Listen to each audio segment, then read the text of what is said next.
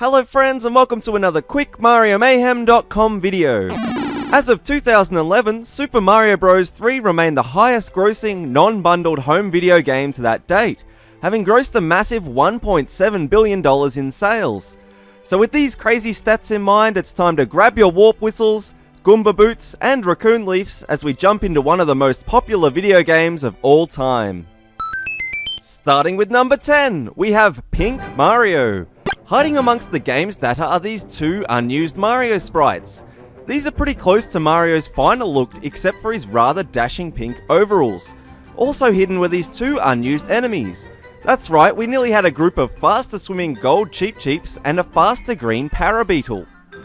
Number 9, Centaur Mario. An amusing early idea for a power-up included Super Mario being able to turn into a centaur.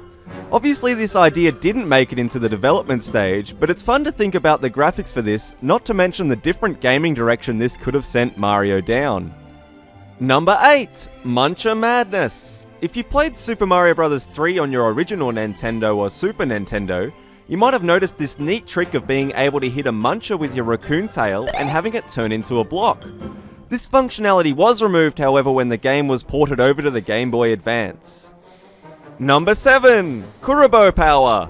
If you enter level 5-3 with your Tanuki suit on, and drop into Kuribo's shoe whilst you're a statue Mario, you will actually be invincible for the rest of the level. This bug was fixed in the Game Boy Advance version, however, where Mario will revert to regular Tanuki if you attempt it. A little side note, Kuribo's shoe is actually the Japanese name for the power-up that was left unchanged in the English release. Kuribo is the Japanese name for Goomba. Next up at number 6, Map Mysteries. Super Mario Bros. 3 is a game full of secrets and hidden details, and this extends to the level overview maps too. If we take a closer look at World 4, Giant Land, it is actually shaped like a Koopa Trooper, as neatly highlighted in this image.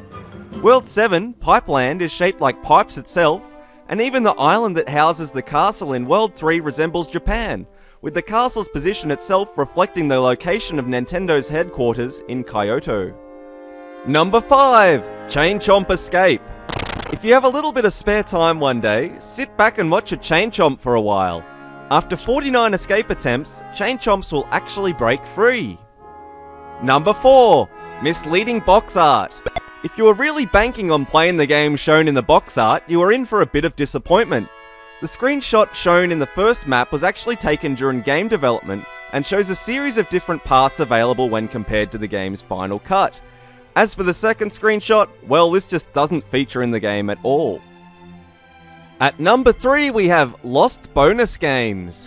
Using a map editor, one can modify the Spade bonus game and access bits of 2 Lost Bonus Games. These 2 Lost minigames were some kind of question block game and also a dice game. It seems like the original plan was to load the minigames with one of 3 different hosts, a different background, and then a different bonus game. This would have been a cool little addition, but I guess they ran out of time, space, or both. A little side fact about the matching card game, since we're on the topic of minigames: for every 80,000 points you rack up, this card matching game appears. It might surprise you to hear that there are only 8 different variations, so now might be a good time to pause if you want to try and learn them all. Number 2, King's Messages. If you want to set yourself a little Super Mario Bros. 3 challenge, try beating the airships with your hammer suit on, Tanuki suit, or frog suit. Aside from a fun little task, the Kings will also give you a different message for each of these suits. For the hammer suit, the King will ask to borrow your clothes, and for the Tanuki and frog suits, he will think you have been transformed into those respective animals. And finally at number 1 we have Boo Creation. Super Mario Bros. 3 was actually the first introduction of our now beloved Boo, originally named Boo Diddleys. Interestingly, these characters were actually based off the game designer Takeshi Tezuka's wife, who apparently would normally be quite shy and timid around people, but also had an explosive temper, especially when Tezuka spent too much time at work. Mr. Miyamoto gave this quote during an interview with Nintendo Power magazine when talking about the introduction of Boo Diddleys. Mr. Tezuka got an idea about putting his wife in the game. His wife is very quiet normally, but one day she exploded, maddened by all the time he spent at work. In the game, there is now a character who shrinks when Mario looks at it, but when Mario turns away, it will grow large and menacing. I guess it's at least nice he wanted to add his wife to the game though. Anyway, that's it for today, guys, so let's take a look at your responses to our previous question of the day, which was, if you could add a new ghost boss to Luigi's Mansion, who/what would it be? So thanks again to everyone who wrote a comment on our last video, much appreciated and very entertaining. Here's a few honourable mentions from the last video for everyone to enjoy. So Alicia says a toilet ghost, so I thought that was pretty funny. Jordan says I'd make a ghost off the giant eel from Super Mario 64. Just thought that was a bit random.